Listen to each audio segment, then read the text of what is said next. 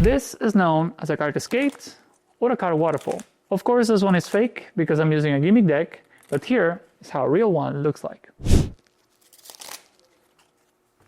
Easy to learn and insanely visual, in this video I will teach you everything you need to know to master this move in no time. So if it sounds good to you, grab your deck of cards, sit down, and let's get into it.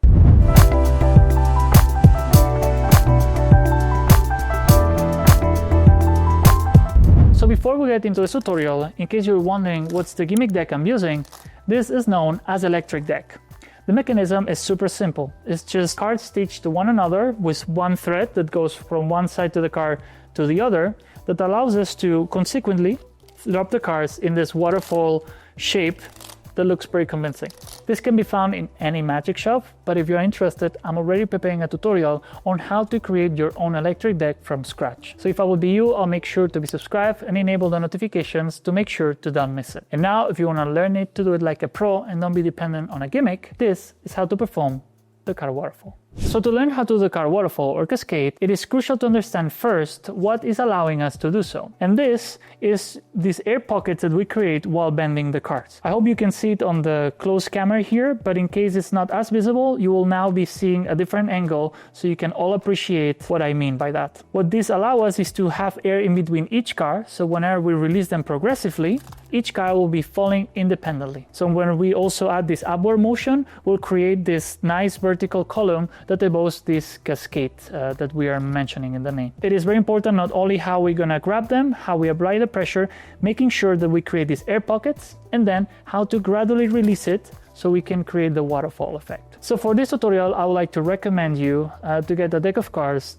only dedicated for this move. Because as a beginner or as somebody who is not used to this type of flourishes, you'll tend to apply a lot more pressure than it's needed and will bend the cards like this. And of course, by repetition, it will tend to be bended like so, like I'm showing. And at least from a magician point of view, this deck of cards will not be very comfortable, as I'll have to reshape it many times and doesn't look as nice. And also even for cardistry, there's many other moves that will not be comfortable to perform. So I would recommend you just get a deck of cards aside to practice this move only. So as in every tutorial, what I'm gonna be doing is to break down the action and the roll from both hands so we get a good understanding on all the details and the actions we have to perform. Then we're gonna put everything into a full picture so we can practice over and over until we perform it consistently. So starting by the initiator hand, in this case the right one, we're gonna start by grinding the deck into this particular grip like this. If you watch my tutorial on how to perform the card spring, it is a very similar grip, but instead of just taking it from the tips, we're gonna have a deeper grip that will look like this. We are taking the natural lines of our palm from the top of the first phalange of each finger as a reference. So for example, on one side of the deck, the thumb here will be contacted more or less in the middle, or the line of the top of the first phalange, contacting the very edge of the deck, and the rest of the tip resting and contacting the rest of the deck. And now the other fingers, the same, but having now as a reference here this line, which is also the top of the first phalange of each finger, more or less, contacting the other side like this. So from here, if we position the deck correctly, we will be able to bend the cards, but at the same time preventing them to get shoot out, like if we would do in the card spring, if we will hold it by the tips. But in this case, they're getting blocked, so we can bend the cards and create this tension needed. So now, as we mentioned in the beginning, we're creating these air pockets that will allow us to treat each card independently. So here, if you're a beginner, something that could happen is that your hands will start to shake. So if that is your case, something that I would recommend you is the following exercise. It's basically to go from this mechanics or square position, get familiar on how to position the deck in your hand. And once you make sure the deck is in the right position, press and create the tension, hold for 1 to 2 seconds, release.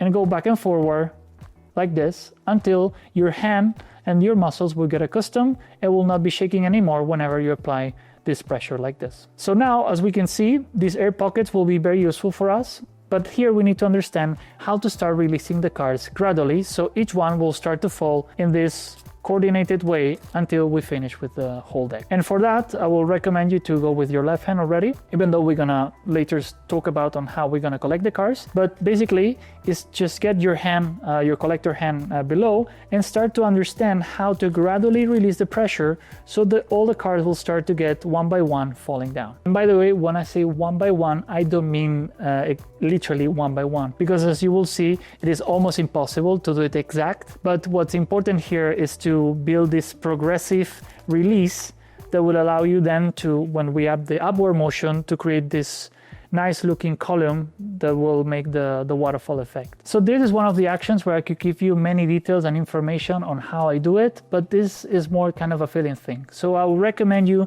to go through it, practice it as much as you can, so you can start to understand and get the muscle memory on how to release the deck of cards gradually from bottom to the top card. Without the deck, it will look something like this. You start from here and then start to open it gradually in a consistent timing and rhythm. So you will see that the deck will go basically from left to right, in my case, from bottom to top, and more or less getting it released one by one. So once we start to get the consistency and the muscle memory needed, something we'll have to add is the upward motion. But before that, I would like to talk about the role of the receiver hand. If you already watched my tutorial on how to do the card spring or the card dribble, its role is very simple. It's just to collect cards. There's not much to talk about here. Basically, this receiver hand will be staying in this kind of exaggerated version of the mechanics grip. If this is the mechanics grip, if we remove it and we open it, you will see that we're creating kind of a basket that will be ideal. So whenever the cards contact the hand, will tend to fall in a way that it's kind of like allowing us to square the deck naturally. But in this case, I would like to add that the pinky will be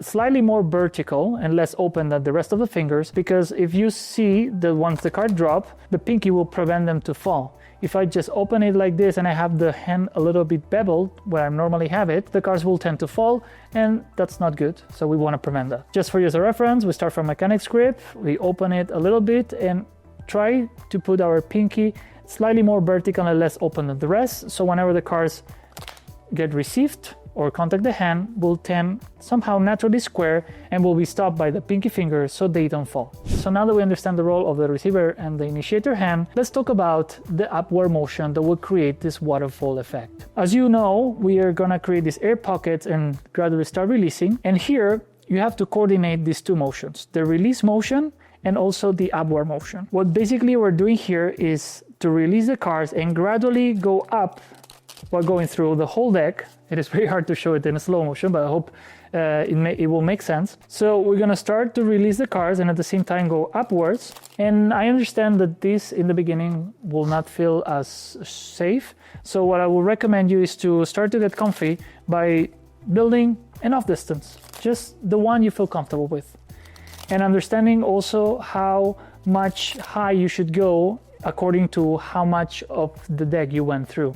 Meaning that if you're already spread few, you will not be here. If you're spread few, you will just be in the very beginning. If you're in the middle, you will be in the middle of the upward motion until you reach the top, where you will be mostly at the peak of the motion you wanted to do. But again, this is a part of the tutorial that doesn't matter how much info and details I give you. The better way for you to learn it is to go through by practicing, to understand how much high you should go according to how many cards you have left in your hand. But something I could recommend you here is to imagine a line that you will try to follow as much as you can while you're starting to release the cards. Because like this, you'll start to build this consistent vertical line that will be following until you start to get the waterfall as it should look like. Something I want to warn you, once you reach this point and start to practice, you will notice that going throughout this tutorial, the deck of cards will tend to get soft and slightly warmer. And with this, you will also see that the cards will start to get sticky and you will not be able to perform the waterfall as smoothly. And that's why, because your hands release natural fat and oil